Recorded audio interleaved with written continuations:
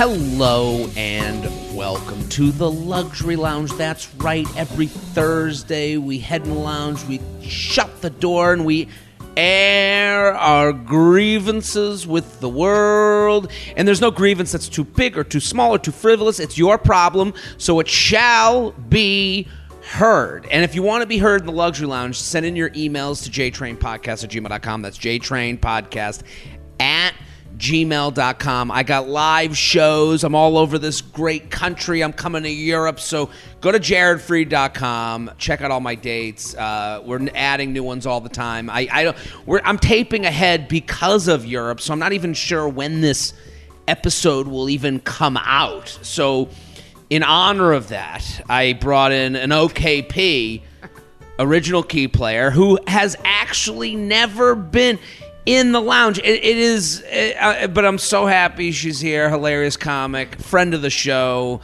friend of the pod, a fop, Alison Leiby. Thank you for coming on. I mean, a huge oversight to not have me in the lounge. You know, it's weird. It is you're right. Let me apologize. It feels like we are always in the lounge anyways. Yes, I think it's like we complain so much to each other that, like, of course it would have been on tape at some point. Right. That's exactly. It's like when you do 3 shows in a row, it's like, have I done these jokes? Yeah, yes. So it's the same thing where it's like, when you said to me, you were like, I've never been in the lounge, I was like, oh my God, I was embarrassed. Honestly, you should be. I am sorry. Let me start. I mean, this isn't your complaint, but I agree. This is a horrible, oversight. And the lounge, I'm happy we're in here in our safe space to be able to air this out and get it out. And, listen, everyone, if you don't follow Allison already, go follow on all the social media at Alison Leiby. She had a one-woman show that was fantastic and critically acclaimed. Am I allowed to say that? I think you can. I think critics acclaimed. So they claimed? Yeah, they claimed it. So that's fine. So it's Oh God, a show about abortion. Are we? Is it coming back? Or will there be other airings? Or what can people look forward to? I'm going to be doing it again in New York at some point, and also some other cities. I'm so sorry, America, but not all of them. Sorry, America, your loss. Yep. But I'll be doing a couple cities, a little bit of tour, like coming, spring, summer, later this year. So I'll post that information when I have it. But this is why you follow Allison right away at Alison Leiby, so you'll know when these shows are coming to your town or a town near you. And I will say, as someone who saw the show, loved every second. It's amazing. It is literally a work of art. It is art. It is, but it is so. It's about abortion, but you say something in the show that is, I think, relevant, or it's like it's always a screaming match, and this is like a normal show about abortion as much. You make that point, and I was like, and you are right. It's missing from the conversation. Yeah, we always talk about like these like scary worst case scenarios, quote unquote, or like, what somebody else's definition of something is, and it's like, oh, we're not talking about the day-to-day most cases scenario, which is just like, I got to go do this. I'm gonna go do it. Right. And so everyone go see the show if you get the opportunity, because it's so good. Listen, I'm in Aruba right now. Yeah. What's going on there? I'm down here doing shows with Aruba Ray. It's a fun time. I'm in the sun. I mean, let's do the lounge, right? You ready? Let's just get right in. Let's get right in. If you guys want to send in your complaints, jtrainpodcast@gmail.com. That's jtrainpodcast@gmail.com. Also, if you're listening right now and you're like, I love the Luxury Lounge, I do a Patreon version where every complaint each week is read. So every Friday, I do a Patreon exclusive. It's a good deal. $5 a month for 2 extra podcasts a week. I do Coffee with JTrain. So if you're listening now, and you want to hear about my Aruba trip, I talk about Aruba. I talk about, where I am on the beach. I said this to Aruba Ray, who runs the shows down here. I think Aruba, and you were just here. I was just there with my parents. We go once a year. And I think it's the best beach for accessibility. And what I Yes. mean by that is that it's every price point is on the same beach. Yeah, it's not like, oh, here's the public beach and it's garbage, and here's this one resort beach and it's super nice, but you have to stay there, and that means you're under there. It's like the whole island, that whole side of the island is the same, and it's great. It's one beach, and then you're right, and then there's like you could stay at the hotel that you'd be like, it's $200. I don't know what the number is, but like the cheapest of the cheap and the expensive of the expensive. Same beach, same weather, same beach. So I'm pretty happy here. But we will get to some complaining again. So if you want to hear about Aruba, you can sign up for Patreon, patreon.com/Jared Freid. That's patreon.com/Jared Freid. That will coffee with JTrain, and then the luxury lounge where people every week I get people that write in complaints and I read them out and we air them. There's a lot to complain about. There's so much to complain about. I'm going to do mine first. Hit the music. Jared, he has some problems. Jared, he's got some issues to do. Get off his chest right now. Jared has a lot of issues. Jared has a issue with a lot of things that we can discuss. Can you relate to the problem now? Okay, so I flew here, New York to Aruba, 8 a.m. flight. Yeah. It's a longer flight than you think it's going to be. Absolutely. You have to go beyond Puerto Rico. So I'm basically in South America, which is you're 17 miles off of Venezuela. Yeah, this is crazy. I would never think of it that way because Aruba does feel more America than not. I think all of the Caribbean is where Cuba is. Like, to me, they're all the same. Like, it's all just, it's all an hour from Miami. That's it.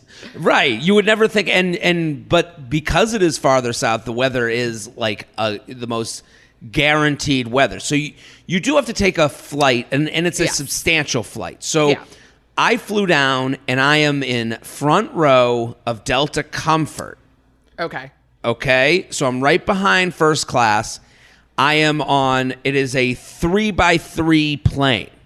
Okay? Mm-hmm. Yeah. So 3 on the left, 3 on the right. I am on the left. A, B, C, D, E, F. There we go. So now I'm on the left. I am bumped up. I buy the cheapest ticket as a Delta Platinum Diamond Medallion person. Cheapest ticket, and then we play the game. We're at the casino. Wherever we land, that's where we sit. So I get bumped up to front row of Delta Comfort, window. Not my first choice. I'm an aisle guy. I also am an aisle person. Okay. I like the aisle. I can cross my legs in the aisle. It's better for me.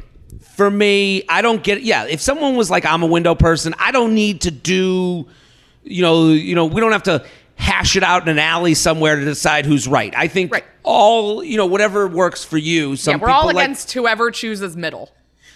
I agree. The crazies that like middle, if they are even out there. They can't exist. Well, they're in an insane asylum for something else. So I am window, front row, Delta Comfort. And I like aisle for a number of reasons. The crossing the legs that you mentioned, but also getting up at my leisure to break up the flight. Yeah.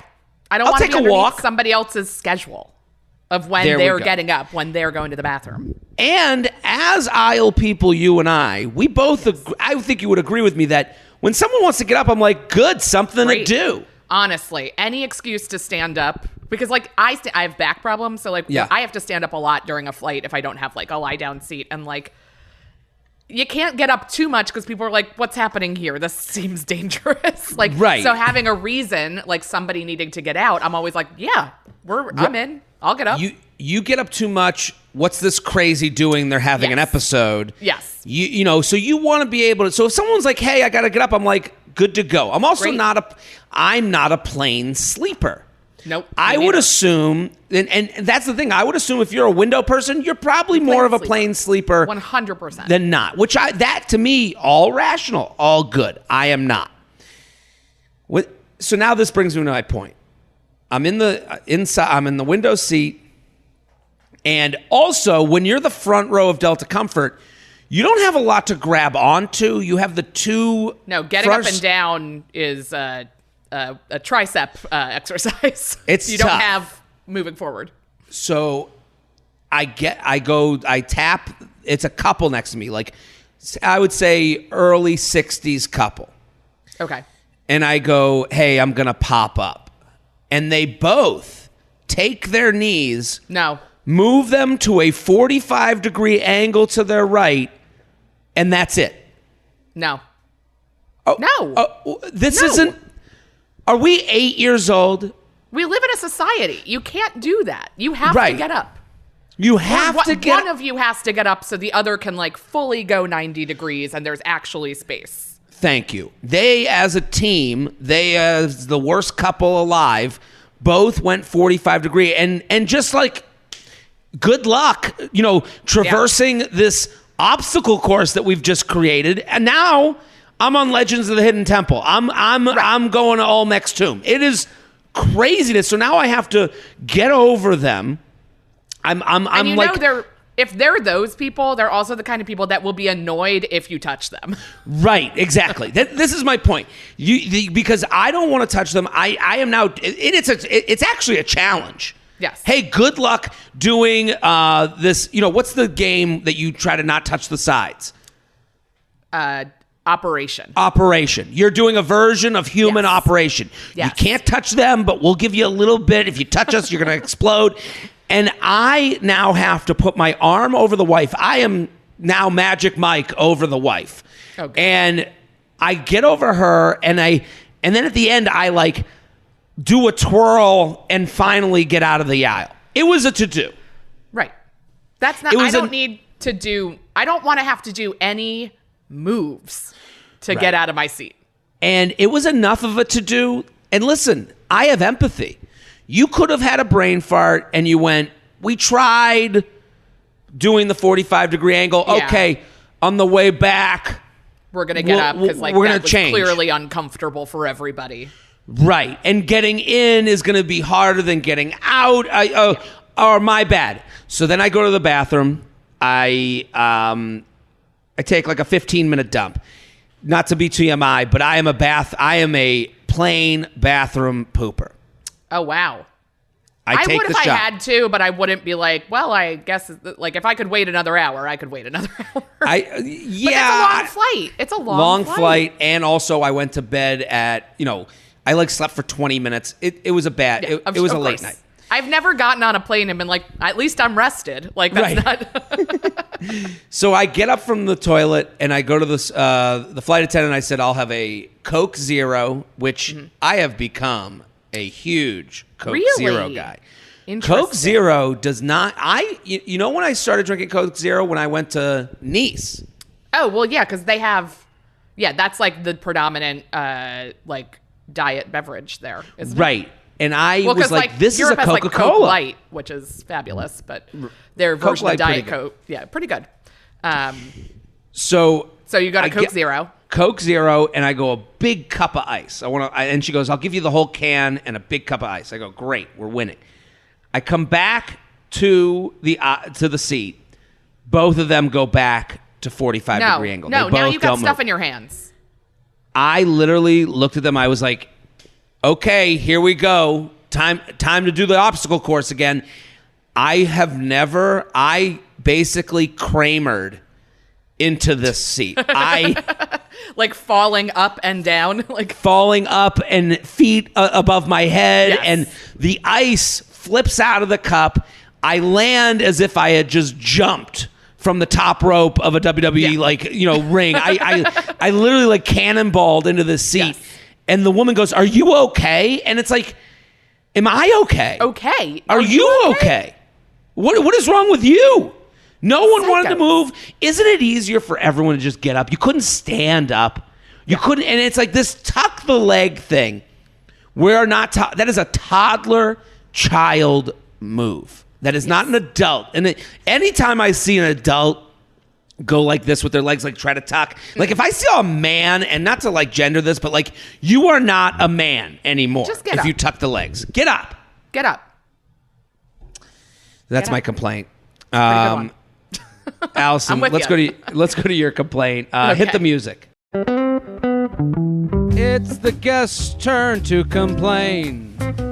They're ready to jump in. They've got lots of problems too. It ain't all about Jared. Let's hear their complaint of the day. Let's hear their complaint of the day. They're invited on the show to have some fun and complain with you. Let's hear that complaint. Okay, go ahead. I had like so many that I was ready to bring, but then this morning had just like a minor inconvenience that I feel like you'll understand. I got an email from a doctor of mine that I have like a balance. It was like, oh, you talk to us on the phone. You owe us like $900 or something. Okay. The email is an image and it's like, this is your balance. It looks like everything you could click on would be something you click on so you can get to the portal so you can pay. Right. None of it was hyperlinked to anything. And it was just like getting a postcard that said I owed them money. It's like, absolutely insane. Is it the point of the email to be the direct, like, oh, I'm on my computer and then I can just click a button and all of a sudden I'm in your portal? Like, I don't remember what website every doctor or professional I see wants me to pay them through. I don't have every one of those bookmarked. It would be too many. It's like, the email is like the access to paying the bill. Well, and then don't they want to, isn't their goal to be paid? Right. Isn't their goal to get the money as fast as humanly possible? So why, it's in their best interest. That's the biggest thing. It's like, don't make me do a scavenger hunt to pay you. You come to me, give me the bill that says everything on it, that has where to make the check payable. Yes. I had a similar thing where I re-up my lease for next year for my apartment. So it says you have to send in a security check. And I'm like, make check payable blank. That should be on, like, the fact that there is some sort of search involved, and it's the same as what you're saying. It's like, give me the hyperlink. Give me the make check payable to.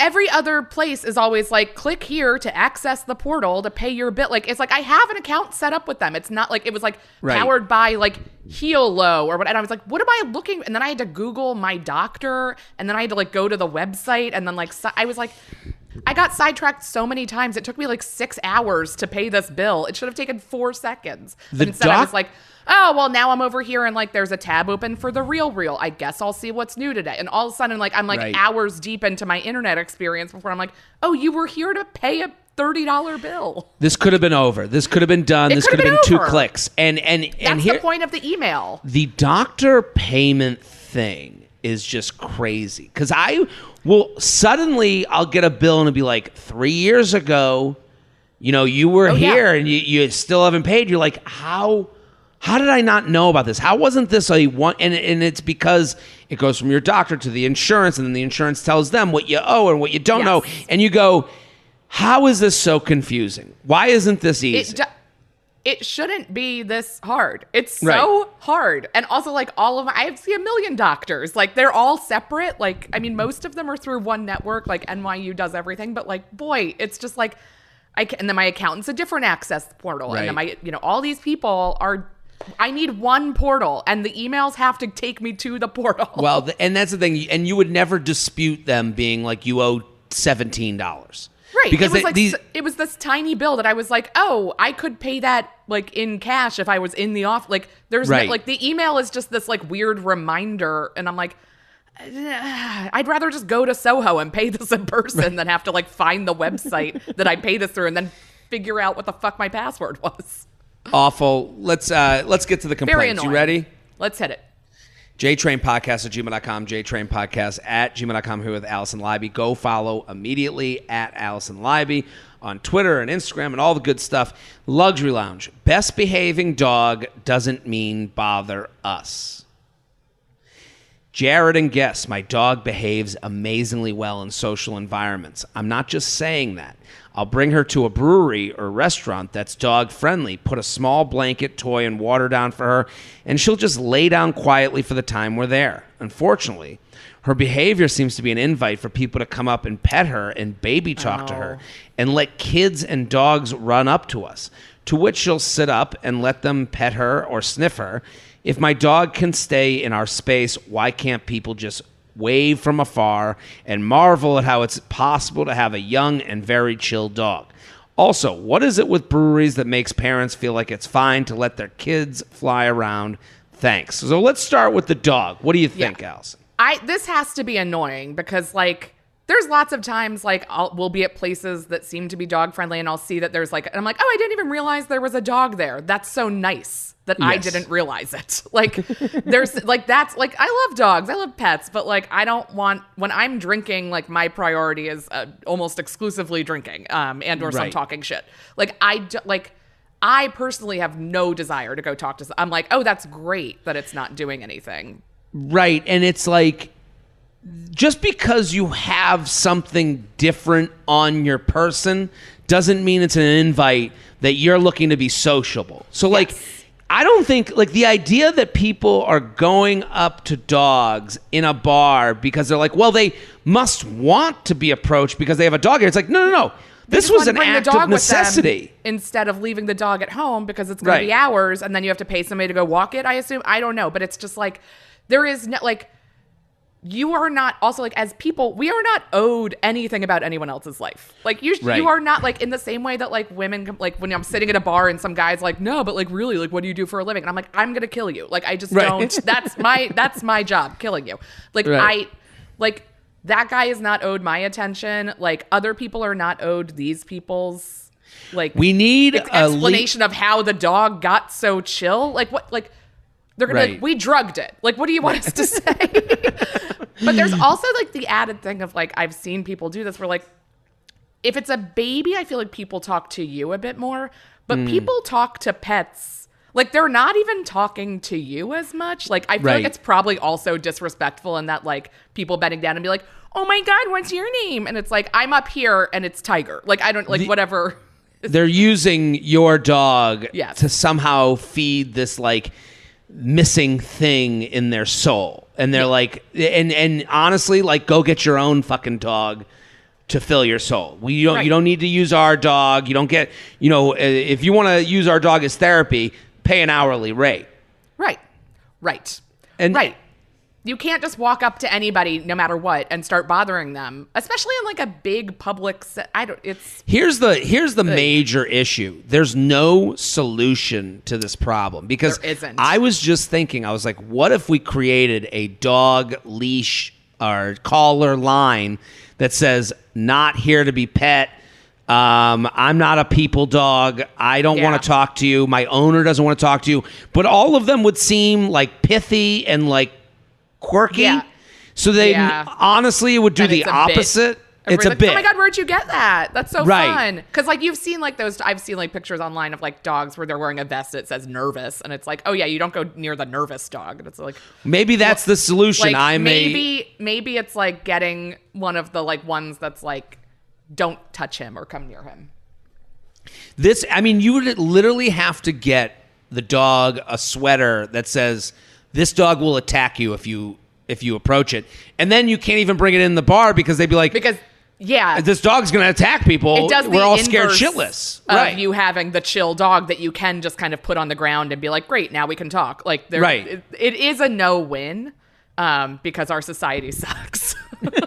Well, what do you have to say about their last complaint? They added a little tiny complaint that what is with breweries that makes parents feel like it's fine to let their kids fly around? It does seem like breweries. It's the size of the space. I think there's something about the size of this, like, brewery. Like, once you see a picnic table, people are like, no, we're outside. It's like, no, you're not. And also, like, I think because breweries are not like the vibe and the decor of a brewery and the vibe and decor of, like, a nice French restaurant are really different. And one of them seems like, if something breaks, like, what? Like, I think people think the stakes are lower because it's, like, intentionally more industrial or rustic or whatever. And big space means I can bring my kid just like someone else can bring their dog because I can let it roam. Let it tire itself out. Right. We're out of the apartment. We're out of the house. We can do this instead of, instead of just sitting in the home with the iPad. And it's like, but we're all there to like meet. I didn't come to a Gymboree class. Like, that's not what I'm here for. Right. I don't. And when I see kids around at a bar, I'm like, it's fun. But like, at what point do adults get to be adults? I just feel like in the same way that, like, if a dog was there and barking really loudly, everybody would be like, "Oh, somebody's got you can't have get rid this of here." Like, it should be the same for children. I don't care that it's your child. Like, this isn't a play place. Like, this is actually an establishment that was built. Somebody said something really great on. I follow a lot of like child-free TikTokers just because I'm like needing to affirm my own choices. But somebody was like, this girl was like, I don't hate children. In fact, I think 90% of spaces should be more child friendly. But the 10% that are just for adults should be totally child free. You should know.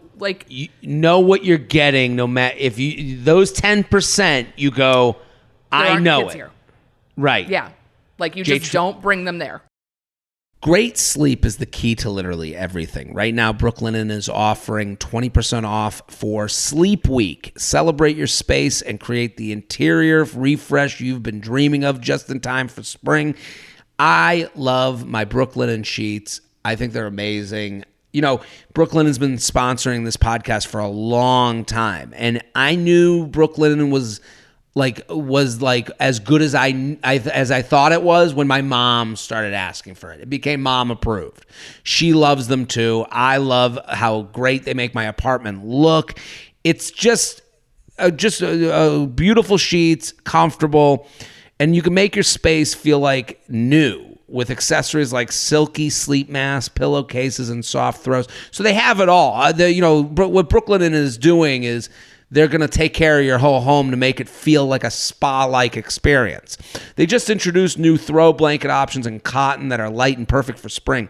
Give your bathroom a spa-at-home feel with luxury upgrades like their ultra-soft robes and towels. If you're looking to fully upgrade your spaces, Brooklinen's bundles are the complete package. Choose from bed, bath, or a combo of both to save time and money on creating your dream space. And all of Brooklinen's stuff looks great. And again, my mom loves it and keeps asking for more. Visit brooklinen.com to shop the Sleep Week sale for 20% off. Miss the sale? You can still get $20 off your purchase of $100 with code JTrain20. That's BROOKLINEN.com, code JTrain20 for $20 off your purchase today.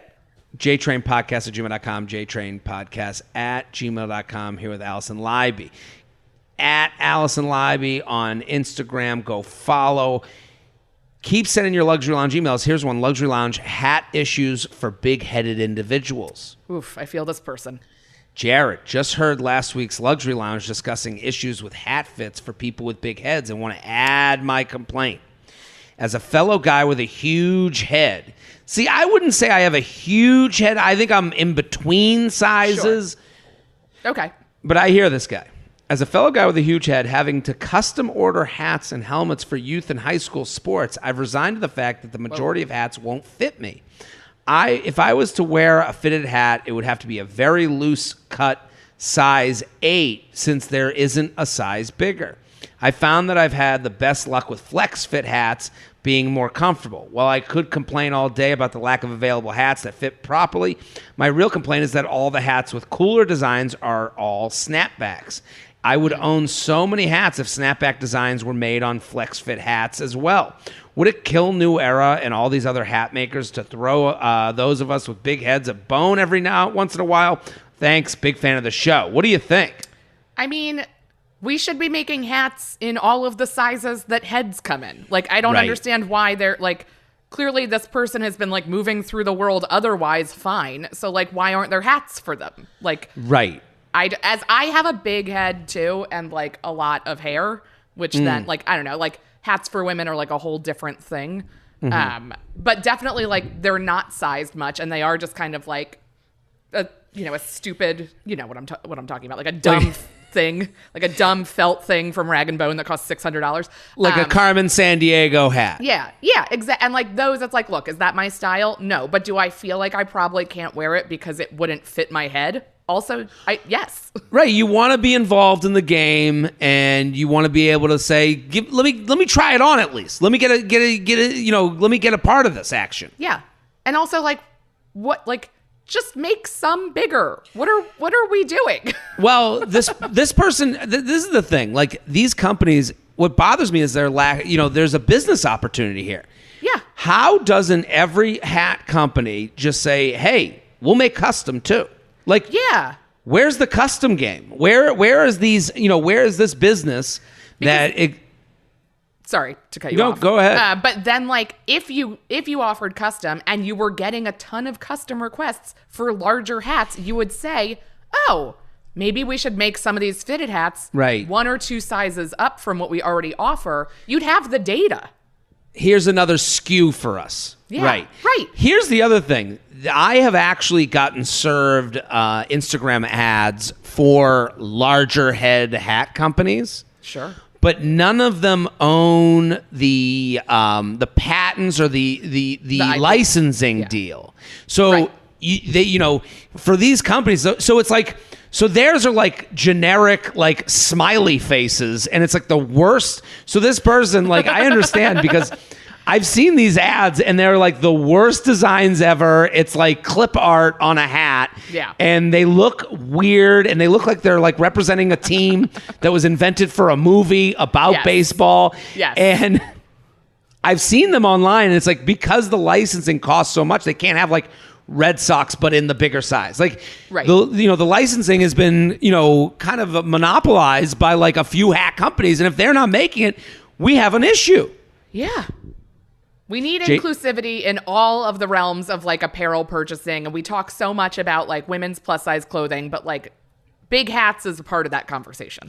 JTrain podcast at gmail.com, JTrain podcast at gmail.com, here with Alison Leiby. Luxury Lounge. Okay, so we're going back to the health insurance. This is health insurance hell. You ready? Oh, God. Jared, an esteemed guest, long time, first time, feather, etc. My LLC is that I'm prescribed a daily medication and have just discovered an exciting new way big pharma and health insurance companies have upped their sleeves to make getting treatment a nightmare.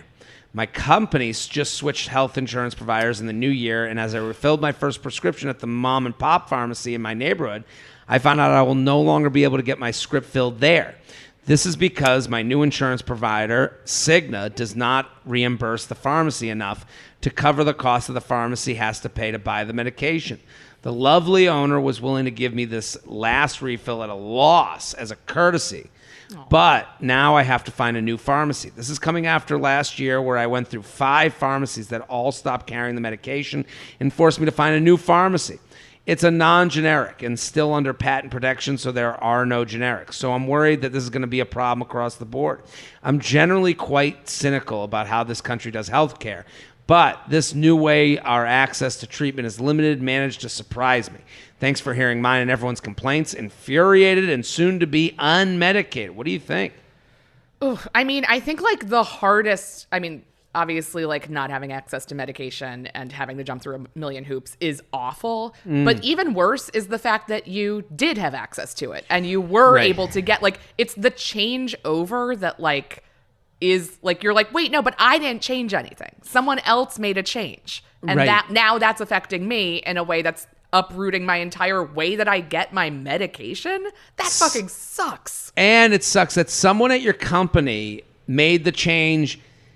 And, you would hope in your best interest, but maybe it's because they know the person who's repping the new company. And like, I remember I used to sell life insurance. And one of the things you could sell when you sold life insurance was health insurance for companies. So you could walk into a company and be like, hey, how about you change your plan so you work with me and then I get paid forever and you get a new health insurance. And listen, that is one of those things that like it's like a lotto ticket to those insurance people, because what you're doing is you have to do no work to get paid on the whole company joining a program. So if you do small business planning, so I mean, I'm going to another level of assumptions here, but someone at this person's company could have been like, oh, let me help out my cousin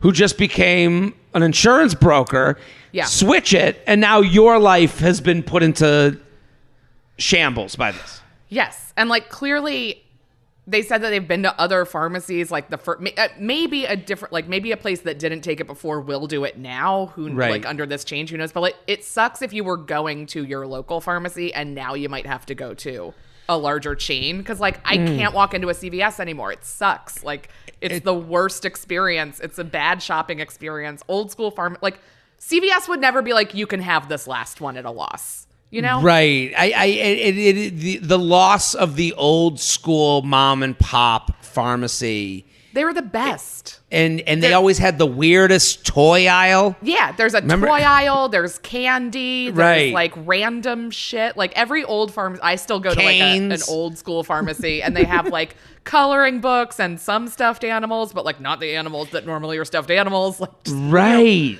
It is interesting that we are losing this like weird nostalgia. There was nothing more random than the mom and pop pharmacy. Yeah, I'm like, oh, I could buy markers here. Cool, like, right? Like as a kid, I remember, and it's like, and now I'm like, oh, I have to wait 10 minutes for like the one employee here to come get the toothpaste from behind glass. Like, what are we doing? This is the thing. As we move forward, like, who is all this better for? Like, I guess you go down the line to like stockholders, which is like faceless and nameless. It's like, you know, I don't know. It is weird that the more we progress, the worse it gets. It's like, you know, and then we talk about I'm in Aruba. You get on a 4-hour flight to Aruba. Like part of like progress is that you can jump on a 4-hour flight to Aruba, but like, did we lose the pharmacy because we could get on a 4-hour flight to Aruba? Right. Possibly. And it's like, I feel for this person.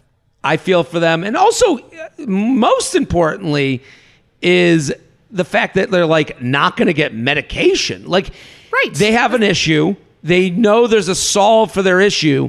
And they're caught in this weird arbitrage where the cost of the pharmacy is more than it should be. It doesn't make sense to me. Right. How is it different at different places? Like, shouldn't the drug have one cost? Like, I feel like insurance companies sometimes like will like reimburse more to some firm because like, you know, a deal that like United has with Walgreens is going to like help. It's just all, they don't want to work with little pharmacies either. Most importantly, we don't know what the fuck we're talking about. Nope. And that's how annoying this is like this person's probably like at a loss. They go, I don't even know where to start. No. Do I go like knock on the door of the scientist? Yeah, of Cigna? Like, what do you do? Because there's a moment of helplessness. The company's so big. The pharmacy's so big. Your company is going, we tried. We gave you health insurance. And you're sitting there going, I just want my fucking pills. Yeah. I would, as genuine advice, I would go to HR at your company and be like, I need you to connect me or for you to connect with the person at our new health insurance company that I can talk to about solving this problem because I can't come to work if I'm not medicated. I mean, that will enrage them even more because then they'll be put face to face with the cousin who got this deal, who just was like, I don't give a fuck about any of this. I'm making money every month for doing nothing. Nothing. JTrain podcast at gmail.com. JTrain podcast at gmail.com. Here with Alison Leiby at Alison Leiby. Go follow. Go. Oh God, a show about abortion is coming back. Random cities. We're going to be out there. Look out for it. Yes. Luxury Lounge. What are you? Dear Jared, Shelby, and esteemed guests, thanks for all the laughs and for making my commutes, workouts, and frigid winter walks with the dog more bearable. I'm writing to the Luxury Lounge because I am so tired of complete strangers approaching me to ask, where are you from? What is your ethnicity? Or even worse, what are you? I am a person, damn it. Instant jail. Right. Why are you asking me this? The worst part is there's no introduction, no hi, how are you? Just weird strangers expecting me to share some random personal fact about myself. Often when I answer the "where are you from" question with the small town I was raised in, they proceed to say, well, where is your family from? What is your ethnicity? Recently, I had a man approach me at the gym and ask this question. He followed up by saying, my buddy and I were debating on what your answer would be the whole time. Oh my God. Now I have another reason to feel awkward at the gym. Thanks, guys. This often gets more frustrating when people proceed to debate my answer with me by saying, you sure don't look it to me. Am I required to carry around some sort of paper to prove my answer to people who have no business inquiring? What do I respond to these people? Am I wrong for feeling these types of questions are out of line? Thanks in advance, and thanks again for all you do to keep us laughing. Sincerely, quit asking. What do you think? These are the worst people. These are just the worst people. Because the thing is, like, and I'm not even saying ask them this question, but why do you need to know? Right. Like, to what does that do for you? So you could categorize who I am as a certain way. Like, people that, like, interrogate that a lot, it's just... Well, it's never for a good reason. Well, it's either... I guess if I think the best of a person, they think it's a better conversation than weather. Sure. Or they think it's a way to, like, get to know you real quick, or their background is similar, or, like, I'm thinking of, on the list of things. There are, like, reasons that are not, like, purely from, like, a bad place, but it's don't get me wrong. The conversation sucks. Let's start at that. I don't think anyone who does this question is worth talking to. No matter how good their intentions are. I think they stink. I think they got nothing to talk about. I think they got no personality. They're looking to have this false connection with you. Or based find a shortcut for a thing to talk about. Like, I love curry. You know, it's right. Like, I mean, and it doesn't matter. Like, I mean, like, the one, like and if you're a woman, like, this is a way to, like, try and figure out a way. Like, I'm guessing this is a woman because the vibe. The gym. The people are looking for things to talk to you about the gym. And this person was like, I've been debating your ethnicity. Like, what do you, that's even gets creepier and down the road of sexualization that we're not even sure is, you know, like, I can only go to weird places with that at the gym. Right. And then if you go, why are you asking? You're immediately defensive. You're immediately the one that's not fun and has an issue. We were just talking. Right. And thinks that or the person's being racist. And it is like that question also, it's okay later on. It can come later on. Yeah. If it's without me knowing your middle name, then the question is stupid. Yeah. Yeah, it's never, like, even, like, I'm remembering once I was doing shows with Alana Glazer, and we were in Pittsburgh, and we had a driver taking us from our hotel to the college we were going to, and he was like, so, like, what are you guys ethnically? We're, like, in the back of a sedan, and we were both like, we're Jews. And he goes, I knew you were exotic. We were both like, oh no. I don't even, and then you know everything about that person you needed to know. And that guy was coming from only a place of, like, wanting to make conversation. Like, I don't think that he was, like, trying to do anything beyond, like, have a conversation, but it's just like, oh, you didn't need to ask that. I think I've actually only felt that I've been asked it by dumb people. It's never a professor that's like, what's your background? Or it's never felt right from maybe I have been asked by smart people, but I never notice it from them. I only notice it from dumb people trying to, like, sound a little bit smarter, or, like, looking for ways that, like the easiest way to connection that they could find. The Jewish thing makes it even harder because I get asked all the time, what's your background? Where are you? I get it asked, and I go, and I always say a bunch of different places because that's the truth. Right. Yeah. The only, like, good response I've ever gotten was years and years ago when I was first becoming, it was like I was at a show and I was with a bunch of comics, and somebody, like, brought up, like, oh, aren't you part Native American? And I was like, oh yeah, my dad is, like, heavily Native American. And Joy L. Johnson, a very funny comic, looked at me and she goes, I could see it. Like, just go, I could see that. I knew there was something else going on here. And I was like, okay. But it's like, she's great. But that's, like, that's like the 1% chance that someone like known plays her it the for right years way. at that point. Like, it wasn't like she didn't know me. Like, right. It was just like a fun conversation between like two friends earlier in our friendship, but like not just like a stranger coming up and like asking or pointing something out, which is just like, I mean, it's not unconnected to like the people feeling like they can just walk up to a dog because the dog is there and automatically earn the time of the people who are sitting with it. It's like, you are not owed, no one is owed anything, but people act like, well, you should tell me where your family's from. Like, what do you? This person asked, "What do you respond to these people? What do you think? Any suggestions? Any fun ones?" I don't like off the top of my head. Like when I'm asked where are you from, and I go a bunch of different places. Jewish. I don't know what that means. And then and now I'm in this embarrassing place where I'm like, they're like, you don't know anything about your family. It's like, no, we didn't talk. We fucking hate each other. Get away from me. You know? Yeah. Or say somewhere that's fully incorrect. And obvious. Well, that extends the conversation sometimes. Right, that's like true. You just want to shut it down.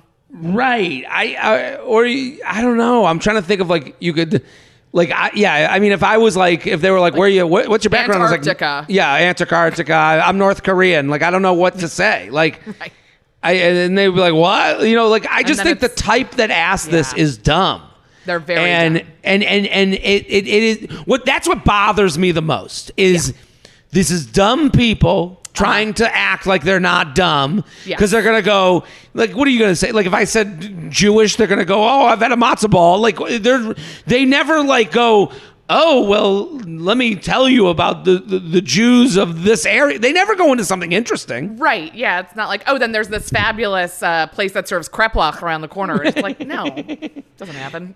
Today's episode is sponsored by PayPal Honey, the easy way to save when shopping on your iPhone or computer. When you learn about a sale on the sly, you feel like a boss. Honey is the free shopping tool that scours the internet for promo codes and applies the best one it finds to your cart.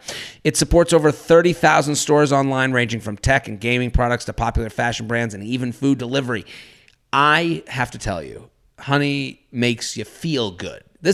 Honey's about mental health. I don't say that. I am saying that completely with no. I mean that. I completely mean that because you go shop online.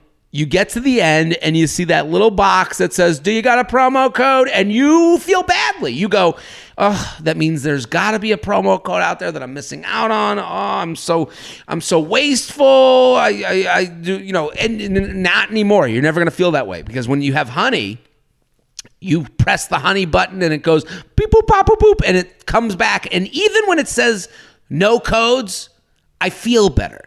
So you know you have peace of mind. Imagine shopping on your favorite site. When you check out, the Honey button appears, and all you have to do is click Apply Coupon. So that's what I'm talking about. And wait for a few seconds as Honey searches for the coupons it can find. If Honey finds a working coupon, you'll watch the prices drop. So you're either getting money back or you're getting peace of mind. It's one or the other. You're going to feel good. I love Honey, and you will too. I never go shopping without it. Honey doesn't just work on desktops. It works on your iPhone too. Just activate it on Safari on your phone and save on the go. If you don't already have Honey, you could be straight up missing out on holiday deals or just deals in general. By getting it, you're doing yourself a solid and supporting the podcast. Get PayPal Honey for free at joinhoney.com/JTrain. That's joinhoney.com/JTrain. JTrain podcast at gmail.com. JTrain podcast at gmail.com. Here with Alison Leiby at Alison Leiby. Salty with not enough to drink. Feather, Dearest Jared, Board Lord, Wizard of Oz, wearer of all the hats. I'm writing to you from the scene of the crime. My issue is with restaurants not adding a disclaimer that their soda options are not true fountain sodas, but in fact just a solo can. Oh, okay. Okay. Allison just exhaled. I have more. I couldn't have more thoughts on soda. I don't know what, but this just makes my blood boil. I came to this place looking forward to a fountain Diet Coke to go with a juicy burger and fries. This is my cheat meal, and I was looking forward to it. However, my heart filled with rage when the waitress brought over a fucking can of soda with the glass already full of ice and soda.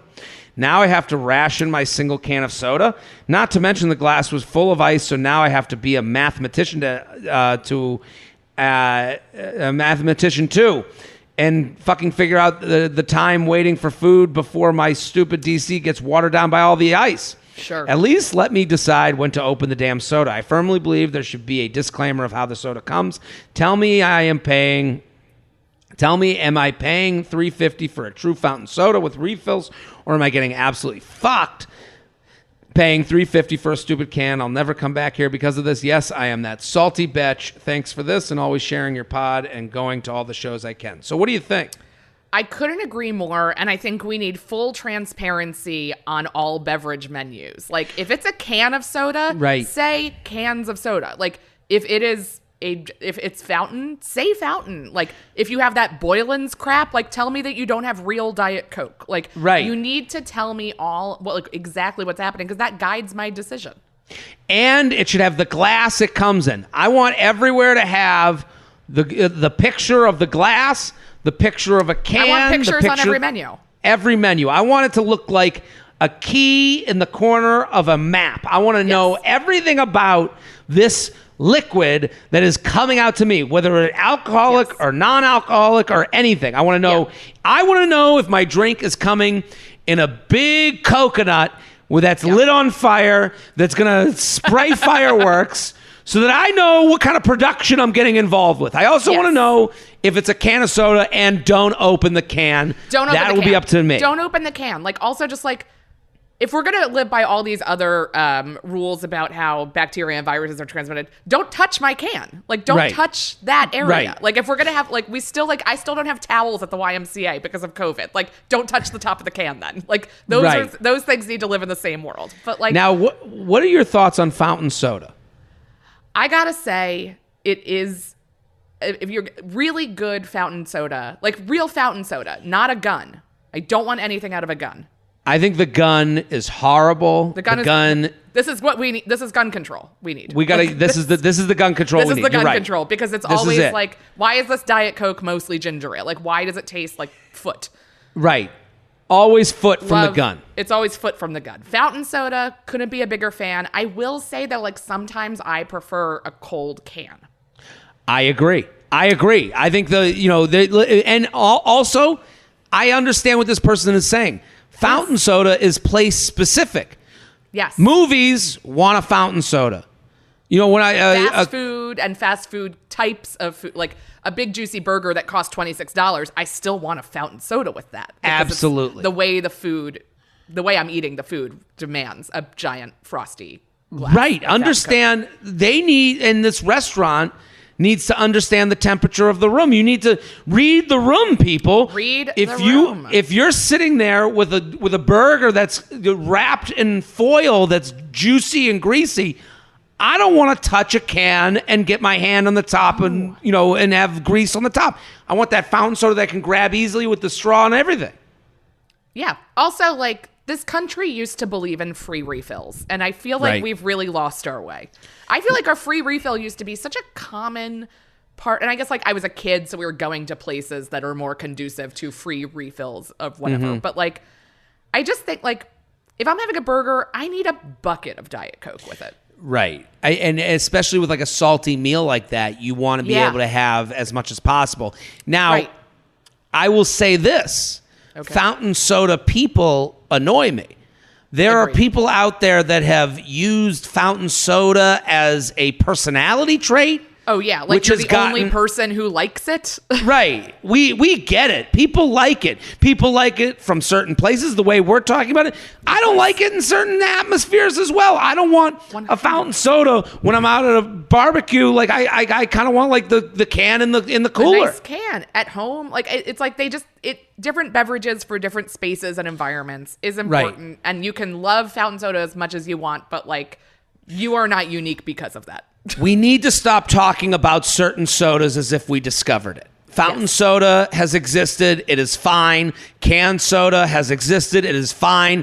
If it comes in a glass bottle, Yes, we know this is a little fancier. This is pretty good. We like it. We don't have to talk about it. We know Mexican Coke has the real sugar and tastes a little bit different. We get it. We know that your tia used to give you Mexican Coke, and we get it. Everything we know. You are a special snowflake. We don't need to hear about it. We've done this conversation enough. We're talking about, like, for the most part, the company Coca-Cola, like one of the biggest corporations in like American consumer goods. Like, right. Nobody in this conversation is bringing a fresh perspective. Like, we've done it. Like millions and millions and millions and millions of people drink Coke.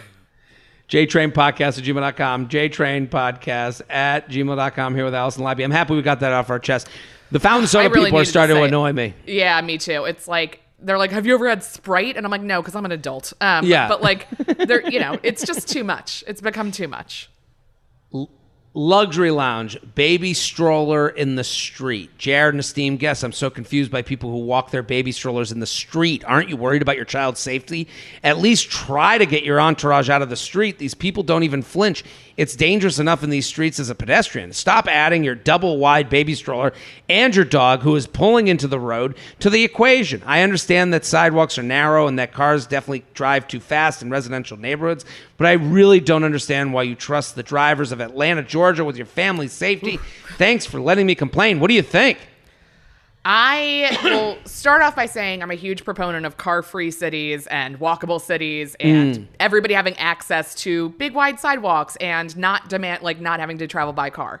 But you can't have a double wide. If your stroller doesn't fit on the sidewalk, like, you need a new stroller, not a new place to walk. Right. And I don't like this idea that I'm going to use a human as shield. My shield, right, to be able to make this point of I should be able to walk in the street. Like, yes. Don't put everyone in danger just so you can have what you want to have. Right. This is like, you're not protesting in, to put people's lives on the line. Like, me in the car has I have no quarrel with you in the baby stroller until you make this my problem as part of your protest. That's what it feels like. Like, don't make everyone else, go petition the government, go to the local whatever, go,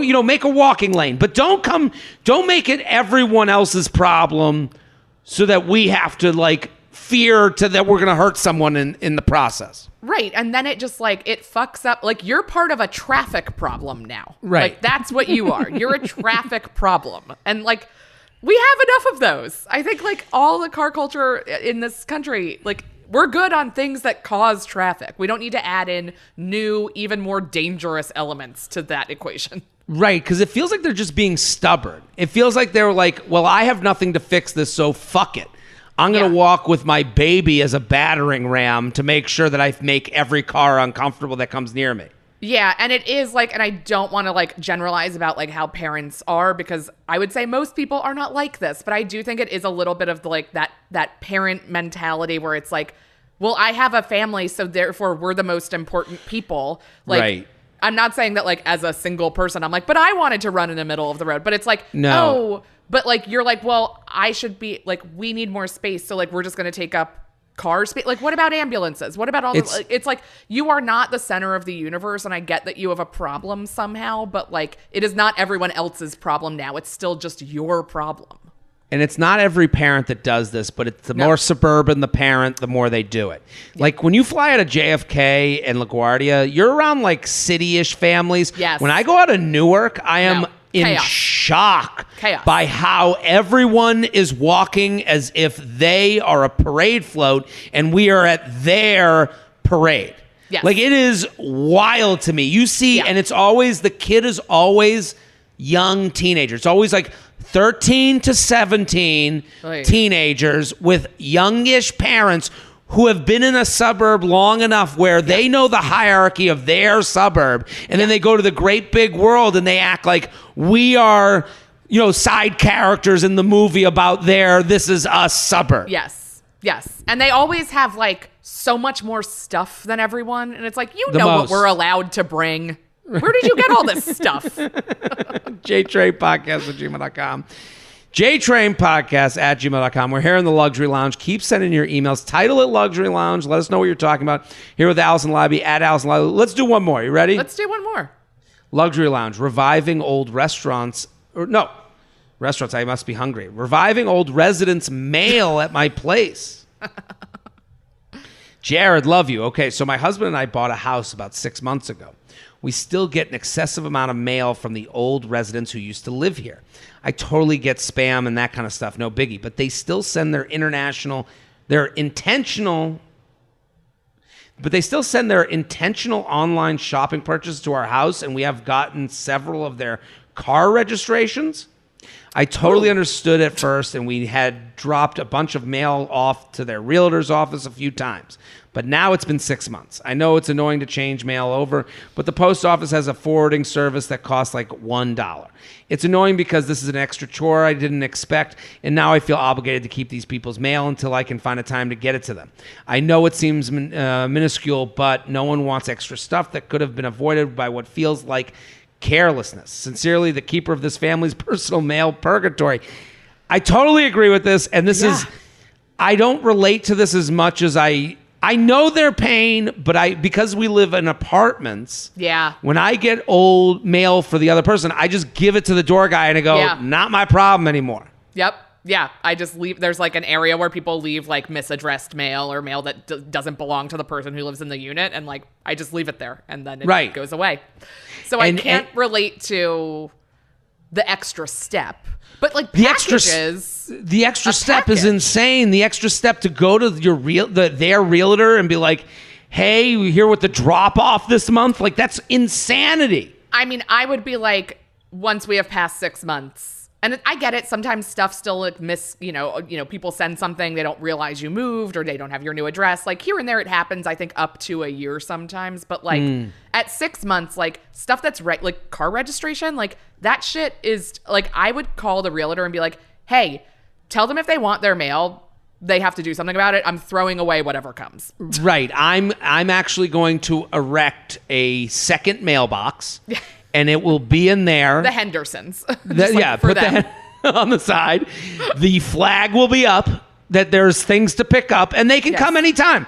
Yeah. They can come by to their old home, they can wave at their old house, and they can come pick up their mail because I am done. This is not on this family to have to like, the first few months, sure, like that's very nice of you to take it back to the realtor's office, but like I would tell the realtor, I guess, because that person knows where the other people lived. Or something. I don't know. I don't really know what realtors matter in this, but like, I guess there's no other connection than. Right. When I get that old mail from someone else, first of all, I feel weird seeing it. Mm-hmm. I feel awkward. And then I have this moment where I'm like, is someone dealing with this for me? Is there someone out there that just knows my name? Yes. In New York, for sure, because we moved so much and these apartment buildings have been there forever. So there's someone in New York who's like, Jared Freid, that guy. You know, like I get his offers for, credit cards all the time. And it's like, I just don't, it feels a little naked. It's like, someone else out there knows my name. Yeah, it's just like, I don't like that. And I'm saying this on a podcast named after, right? I'm saying this on a podcast named after me. But no one knows your former address. Like, there's so many like security elements where it's like, what was the last address you lived in? And it's like, well, now someone has that. Like, they don't have everything else, but like, you open it up, as I've had my identity stolen 2 times now, and it just like, it feels as like, yeah, of course it's happening. I'm sure it's happening all the time because like we have information out there. It just seems so easy. I say that this person should not go out of their way anymore. And like, they're done. Like flag that like, this is still happening and it's not my problem. And those people can, if they don't want their car registration, then it's going in the trash. JTrainPodcast@gmail.com. Alison Leiby, thank you so much for coming into the lounge. Your first time, a huge success. I mean, I think so. Thank you for having me. I have more complaint now. We'll do this again. Everyone go follow Allison @Alison Leiby on Instagram, Twitter, all that good stuff. I'm Jared Freid. We're here every Thursday with your emails. Keep sending them in. JTrainPodcast@gmail.com. We'll be back next episode. Boom.